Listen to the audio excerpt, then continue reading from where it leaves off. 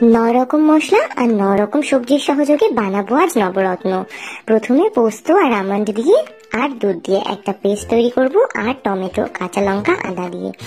তারপর জলের মধ্যে ক্যাপসিকাম বাদে বাকি সবজিগুলো দিয়ে একটু হালকা বয়েল করে নেব, আর বয়েল করার সময় দিয়ে দেবো অল্প একটু চিনি, তাহলে সবজির রং চেঞ্জ হবে না। এরপর পনির ভেজে নিয়ে তেলের মধ্যে নরকম মশলা দিয়ে দেবো। দিয়েছি তেজপাতা, শুকনো লঙ্কা, সাদা জিরে, এলাচ, লবঙ্গ, দারচিনি, গোলমরিচ, হিং, এইরকম মশলাগুলো। তারপর দিয়ে দিচ্ছি আদা, কাঁচা লঙ্কা, টমেটোর পেস্ট। সেটাকে কষিয়ে নিয়ে এই হালকা বয়েল করে রাখা সবজিগুলোকে দিয়ে দেবো জিরে গুঁড়ো, ধনে গুঁড়ো, নুন।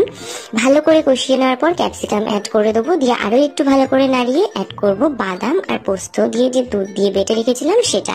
তারপর 250 ml দুধ দিয়ে ভালো করে ফুটতে দেবো।